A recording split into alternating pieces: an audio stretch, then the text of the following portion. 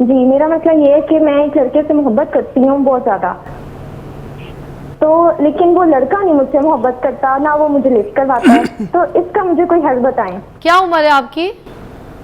میں 18 سال کی ہوں، انٹر کی اسٹوڈنٹ ہوں۔ انٹر کی لڑکی یہاں بیٹھ کے یہاں پہ معزز مہمان بیٹھے ہیں، محبت کے بعد وظائف پوچھ رہی ہیں یہاں پہ ہم سے، جعلی لوگوں کے پاس پھنستی ہیں، جا کے ان کے چکر لگا رہی ہوتی ہیں، جب جو ہمارے پروگرام میں کال کر کے ہم سے اس طرح کی بات کر رہی ہیں۔ آپ کو بیٹا کوئی شرم غیرت نہیں ہے؟ کس طریقے سے فون کر کے اس طرح سے پوچھ سکتی ہے کہ ایک لڑکے سے مجھے محبت ہے اور آگے سے وہ مجھ سے محبت نہیں کرتا اور مجھے اس کا وظیفہ چاہیے؟ شرم سے مر جائیں آپ کے ماں باپ آپ کی یہ بات سنے تو، بغیرتی کی یاد ہوتی ہے۔ سوری معذرت، مگر میں بتاؤں اسی طرح کے لوگ جاتے ہیں یہ عالم باباؤں کے پاس۔ جی میرا مسئلہ یہ ہے کہ میں ایک لڑکے سے محبت کرتی ہوں بہت زیادہ، تو لیکن وہ لڑکا نہیں مجھ سے محبت کرتا، نہ وہ مجھے لفٹ کرواتا ہے، تو اس کا مجھے کوئی حل بتائیں۔ کیا عمر ہے آپ کی؟ میں 18 سال کی ہوں، انٹر کی اسٹوڈنٹ ہوں۔ انٹر کی اسٹوڈنٹ 18 سال کی ہیں۔ اچھا اب حافظ شفیق الرحمان صاحب، یہ کیا ہو رہا ہے ہمارے معاشرے میں؟ پہلے تو آپ مجھے اس بات کا جواب دیجئے اور پھر یہ بتائیے کیا اس چیز کا بھی وظیفہ ہوتا ہے؟ دیکھیں یہ پہلی بات تو یہ ہے کہ اس میں تربیت اولاد کی بھی اور باقیوں کی بھی ہونی چاہیے، لیکن بچی ہے اب مسئلہ مگر شرم نہیں آتی ان کو؟ ان کو شرم بالکل نہیں ہے، ان کو غیرت شرم بالکل ختم ہو گئی ہے ان کی۔ کس طریقے سے فون کر کے اس طرح سے پوچھ سکتی ہے کہ ایک لڑکے سے مجھے محبت ہے اور آگے سے وہ مجھ سے محبت نہیں کرتا اور مجھے اس کا وظیفہ چاہیے؟ یار کوئی شرم کرو بیٹا، اس کا وظیفہ ہے ایک کوئی ٹھیک ہو، دماغ ٹھیک ہے، تمہیں کوئی عالم کی یا کسی وظائف کی ضرورت نہیں ہے۔ اس طریقے کی بچیاں جو ہے نا جا کے عالم کے پاس پھنستی ہیں، تربیت جعلی لوگوں کے پاس پھنستی ہیں، جا کے ان کے چکر لگا رہی ہوتی ہیں، جب جو ہمارے پروگرام میں کال کر کے ہم سے اس طرح کی بات کر رہی ہیں۔ آپ کو بیٹا کوئی شرم غیرت نہیں ہے؟ کس طریقے سے آپ کے ماں باپ نے آپ کو پالا ہوگا، پوسا ہوگا بیٹا؟ پیار محبت سے بھی سمجھا سکتی ہوں، مگر میں اس لیے سمجھا رہی ہوں اس طریقے کی آواز اور اس طریقے کے لہجے سے تاکہ آپ کو سمجھ آئے۔ میں کیا کروں، آپ لوگ کو سمجھ اس لہجے سے آتی ہے؟ میں روز صبح آتی ہوں، میں سوچتی ہوں بہت طریقے سے، بہت پولائٹ ہو کے، بہت نرمی سے، لہجہ بڑا امپورٹنٹ ہوتا ہے، لہجہ صحیح رہے گا تو بات سمجھ آئے گی۔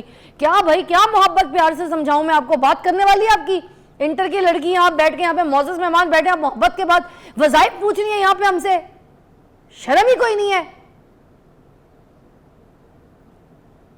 شرم سے مر جائیں آپ کے ماں باپ آپ کی یہ بات سنے تو، بغیرتی کی یاد ہوتی ہے۔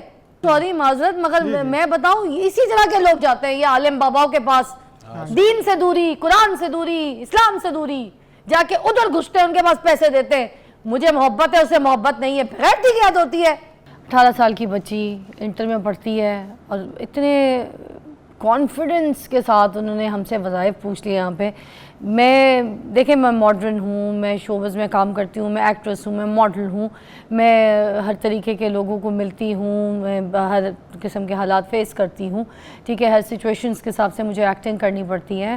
مگر میں آپ کو ایک بات بتاؤں، میرے پاس جب یہاں پر معزز مہمان یا صاحب علم یا کوئی ایسے مجھ سے جو تعلیم میں، دین کی تعلیم کی روشنی میں بات کرتے ہوں، تو میں ان کا اس طریقے سے احترام کرتی ہوں کہ میں اپنا سر ڈھانک لیتی ہوں۔